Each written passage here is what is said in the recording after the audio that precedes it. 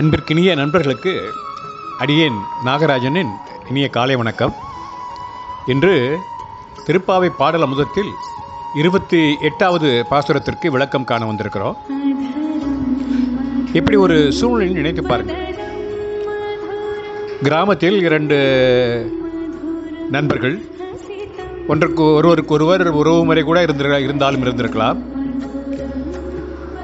ஒருவர் வாடா போடா என்று பேசக்கூடிய அளவிற்கு ஒரு நல்ல ஒரு உறவை பெற்றவர்கள். இதில் ஒருவன்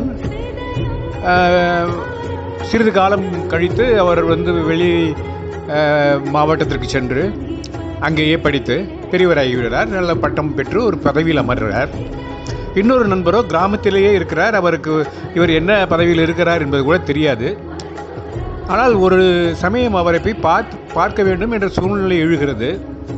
எனவே கிராமத்தில் உள்ளவர் அந்த இன்னொரு நண்பரை பார்க்க அவர் அலுவலகத்திற்கு வருகிறார். அவர் அலுவலகத்துக்கு வந்த உடனேயே அவர் அங்கே இருக்கும் வாயில் காப்பான் அவர்கிட்ட கேட்குறார், நீங்கள் யாரை பார்க்கணும் அப்படின்னு கேட்குறாரு. உடனே அவர் பேரை சொல்கிறார். பேரை எப்படி சொல்கிறாருன்னா, அவர் பேரை கலக்கையில் அவர் எப்படி செல்லமாக கூப்பிடுவாங்களோ அந்த மாதிரி ஒரு பேரை சொல்கிறாரு. உடனே அவர் வாயில் காப்பான் சரி ஒரு வகையாக புரிஞ்சுக்கிட்டு அவரை சொல்லுகிறீங்களா, என்ன பதவியில் இருக்காருன்னு சொல்லுங்களேன் அப்படின்னு கேட்குறாரு.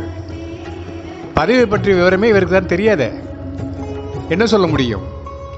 எனவே அவர் திருவென்று முழிக்கிறார். அதன் பிறகு அவருடைய ஊர், அவருடைய நேட்டிவ் பிளேஸ், அவருடைய இதை பற்றியெல்லாம் சொல்லி ஒரு வகையாக தன்னை அறிமுகப்படுத்த பிறகு அந்த வாயில் காப்பான் அவரை பற்றி தெரிந்து அவரை கூட்டிக் கொண்டு போய் அந்த அலுவலர் அறைக்கு எடுத்து சென்று விடுகிறார். அந்த அறைக்குள் போன உடனேயே பிரமித்து போகிறார் இந்த நண்பர். ஏசி ரூம், நல்ல சேர், ஸ்வீலிங் சேர், முன்னால் நல்ல பளபளப்பான மேஜை, இந்த பக்கம் அவருக்காக சேவகம் செய்ய காத்திருக்கும் ஏகப்பட்ட ஊழியர்கள். இதை பார்த்தவுடன் மிரண்டு போய்விட்டார். உடனே அவர் என்ன எப்படி பேசுவது என்று கூட அவருக்கு தோன்றவில்லை அந்த நேரத்திலே. அந்த மாதிரியான ஒரு சூழ்நிலை தான் ஆண்டாளுக்கும் இத்தனை பாசுரங்கள் பாடிய பிறகு நிலைமை ஏற்பட்டுவிட்டது. என்னடா நாம் இப்படி உரிமையாக கண்ணனிடம் இதை கொடு அதை கொடு, இப்படி வா, அங்கே எங்கே வா, எங்களுடன் வா என்று கூப்பிடுகிறோமே, நமக்கு உண்மையிலேயே அதெல்லாம் கூப்பிடுவதற்கு தகுதி இருக்கிறதா என்று நினைத்தாலோ என்னவோ இந்த பாடலை பாடுகிறார். கறவைகள் பின் சென்று காணம் சேர்ந்துன்போம், அறிவொன்றும் இல்லாத ஆய்குளத்து ஒன்றன்னை பிறவி பெருந்தனை புண்ணியம் யாமுடையோம். குறை ஒன்றுமில்லாத கோவிந்தா ஒன்றன்னோடு உறவேல் நமக்கிங்கு ஒழிக்க ஒழியாது. அறியாத பிள்ளைகளோம் அன்பினால் ஒன்றன்னை சிறுபேர் அழைத்தனவும் சீறி அருளாதே. இறைவா நீ தாராய் பறையலோர் எம்பாவாய் என்று முடிக்கிறார். பசுக்களை மேய்வதற்காக காட்டுக்கு அழைத்து சென்று பசுக்களை மேய விட்டு அங்கேயே மற்றவுடன் கூடி உண்ணும் ஆயர் குலத்தில் பிறந்த அறியாத சிறுமிகள் நாங்கள். திருமாலின் அவதாரமான உன்னை நாங்கள் பெற்றது எங்களுடைய பூர்வ புண்ணியம்தான். நாங்கள் உன்னிடம் கேட்ட கைவளையும் தோள்வளையும் தோடும் எல்லாம் எங்களுக்கு பிரிதல்ல. குறை ஒன்றும் இல்லாத கோவிந்தன் நீ என்பதை நாங்கள் புரிந்து கொண்டோம் என்கிறார். ஆண்டாள் திருப்பாவையின் அடுத்தடுத்த 3 பாசுரங்களில் கோவிந்த நாமத்தை பற்றி கூறுகிறார். கோவிந்தன் என்றால் பசுக்களை காப்பவன் என்று பொருள். இங்கே பசுக்கள் என்று குறிப்பிடப்படுவது ஜீவாத்மாக்களாகிய நம்மைத்தான். ஆக பசுக்களாகிய நம்மை எல்லாம் கடை தேற்றுவதற்காகவே பகவான் கிருஷ்ணனாக அவதரித்தான். அப்படி ஆயர்குலத்தில் பிறந்த எங்களை காப்பாற்றுவதற்காக வைகுந்தத்தில் இருந்து இறங்கி எங்கள் கோகுலத்தில் எங்கள் மத்தியில் ஆடியும் பாடியும் திரிந்த உன்னை அறியாத சிறுவன் என்று நினைத்த நாங்கள் உன்னை ஒருமையில் அழைத்தும் நீ எங்களிடம் துவேஷம் கொள்ளாமல் எங்களிடம் அன்பு கொண்டு நாங்கள் கேட்டதையெல்லாம் அருள் செய்தாய். இப்படியான பிரேமியை எங்களிடம் வைத்திருக்கும் உன்னை நாங்கள் இந்த கோகுலத்தில் பெறுவதற்கு புண்ணியம்தானே செய்திருக்க வேண்டும் என்று நெகிழ்கிறார். ஆண்டாள் தன்னை கோகுலத்து ஆயர்குல பெண்ணாக பாவித்து கொண்டதால் கோகுலத்தை பெருமைப்படுத்தி கூறுகிறார். கறவைகள் பின் சென்று காணம் சேர்ந்து உண்போம் என்றால் எங்களிடம் பெரிதாக ஆச்சாரிய சம்பத்தோ சத்சங்க பிராப்தியோ இல்லை. அதாவது பெரிய பெரிய பாகவதர்களோ இல்லை பெரிய விதமான ஒரு அனுஷ்டானங்களோ எங்களிடம் இல்லை. நாங்கள் கறவைகள் பசுக்கள் பின்னாலே சென்று மாடு மேய்ப்பவர்கள். காட்டில் போய் சேர்ந்து உட்கார்ந்து உண்போம், பிறகு மாலையில் வீட்டுக்கு பசுக்களை ஓட்டி வருவோம். இப்படியே பொழுதை போக்கினோம். எங்களுக்கு புண்ணியம் இது பாபம் இது என்று கூட அறியாத பிள்ளைகளாகும். சரி, நீங்கள் தான் இப்படி உங்களுடைய முன்னோர்கள் பூர்வர்கள் நல்ல காரியங்கள் ஏதாவது செய்திருக்கிறார்களா என்று கண்ணன் கேட்டான் போலும். அப்படி எங்கள் குலத்திலேயே வழக்கமில்லை. எங்கள் குலம் அறிவொன்றுமில்லாத ஆய்க்குலம். இப்படியாக புண்ணியமோ பாவமோ எதுவுமே இல்லை எங்களிடம் என்கிறார்கள் இந்த ஆயுர்குல பெண்கள்.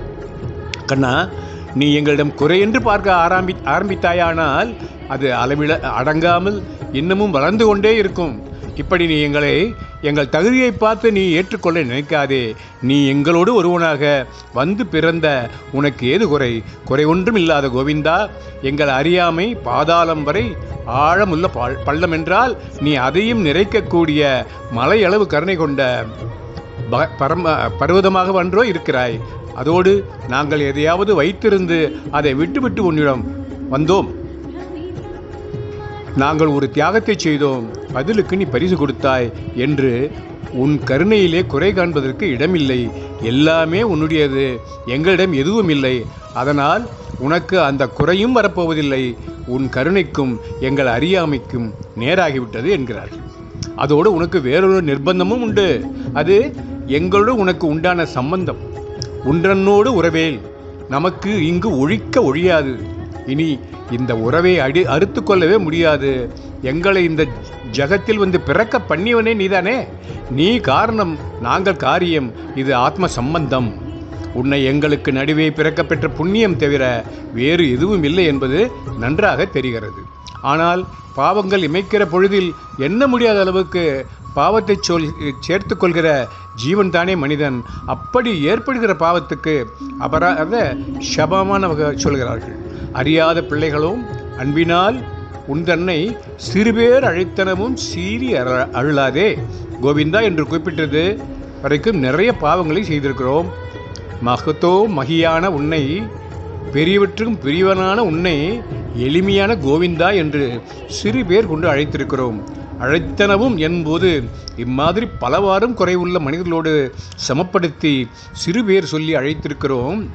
இது அறியாமையால், பால்ய வயதினாலும் அன்பினால் ஏற்படுகின்ற சுவாதீனத்தாலும் ஏற்பட்ட பிழைகள். இவற்றை கண்டு கோபம் கொள்ளாமல் மன்னித்து விடு என்று கேட்கிறார்கள். அடுத்து எங்கள் குறை பார்த்து குறைகளை மன்னித்து எங்களை ஏற்றுக்கொள் இறைவா, நீ தாராய் பறை என்கிறார்கள். இறைவா என்ற பதத்தில் இவர்களது நைச்சிய பாவம் வெளிப்படுகிறது. இதுவரை மாலே, மணிவண்ணா, கோவிந்தா என்றெல்லாம் பல பெயர்கள் சொன்னவர்கள் இப்பொழுது இறைவா என்று அவன் இறைமையை முழுதா உணர்ந்து சொல்கிறார்கள். நீ பெரியவன், நாங்கள் சிறியவர்கள். நீ காரியமாயிருக்க, நாங்கள் காரணமாயிருப்பவர்கள். நாங்கள் சரீரமாயிருக்க, நீ சரீரியாயிருக்கிறாய். நீ இன்றி நாங்கள் இல்லை.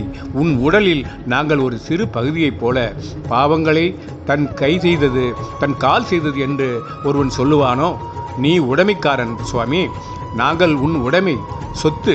உடைமை இழக்கை உடையவன் இழன்றோ அன்றி அந்த உடைமை கிழவன் அன்றே என்றபடி நீ எங்களை இழந்தால் அது உனக்குத்தான் இழப்பே தவிர உன் சொத்தான எங்களுக்கு இழப்பில்லை. ஆதலால் குற்றம் குறைகளை மன்னித்து பொருட்படுத்தாது நாங்கள் விரும்புவதை அளித்து எங்களை ஏற்றுக்கொள் என்று கேட்டிருக்கிறார். பசுக்களை மேய்த்து காடு சென்று அங்கு ஒன்று கூடி உண்டு உடல் வளர்ப்பவர்களும் ஞானமில்லாத சொற்ப அறிவு படைத்தவருமான நாங்கள் எங்கள் 1000 குலத்தனாக உன்னை பெற்றடைய பெரும் புண்ணியத்தை செய்திருக்கிறோம். யாதொரு குறையும் இல்லாத கோவிந்தன் என்று பேரணியும் கொண்ட கண்ணபிரானே, உன்னுடன் நாங்கள் கொண்டுள்ள உறவை யாராலும் எக்காலத்திலும் பிரிக்க முடியாது. அற்ப அறிவுடைய சூதுவாது தெரியாத சிறுமியரான நாங்கள் உன்னிடம் கொண்டுள்ள மிகுந்த அன்பினால் உன்னை நாராயணன், மாதவன் என்ற பெயரிலிட்டு ஒருமையில் அழைத்தமைக்கும் கோவித்து கொள்ளாமல் நாங்கள் வேண்டி வந்த பொருட்களை தந்தருள்வாயாக.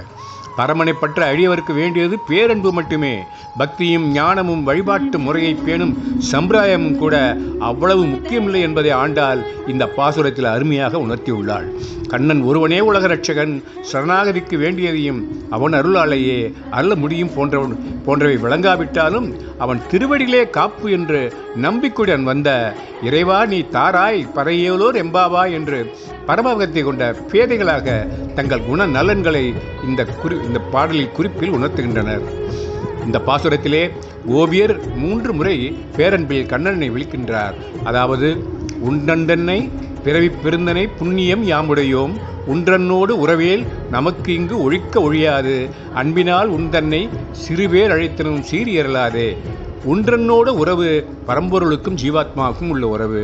குறையொன்றும் இல்லாத கோவிந்தா பெருமாளின் குணபூர்த்தியை உணர்த்துகிறது. இப்பாசுரத்தில் துவயத்தின் முற்பகுதியான உபாய சொரூபம் வெளிப்பட்டுள்ளது. அதாவது, அடியார்கள் பரமனை சேர தாங்கள் செய்யவிருப்பதை பெருமாளிடம் தெரிவிப்பதை குறிக்கிறது. நீ தாராய் பறையேலோர் எம்பவாய் என்பது மோட்ச சித்தியை பெற்று பகவத் கைங்கரியம் செய்ய விழைவதை உள்ளர்த்தமாக கொண்டுள்ளது என்றபடி இந்த பாசுரத்தின் விளக்கத்தை இத்துடன் முடிக்கிறேன். இன்னொரு நாள் இன்னொரு பாசுரத்துடன் உங்களை சந்திக்கிறேன். நன்றி, வணக்கம்.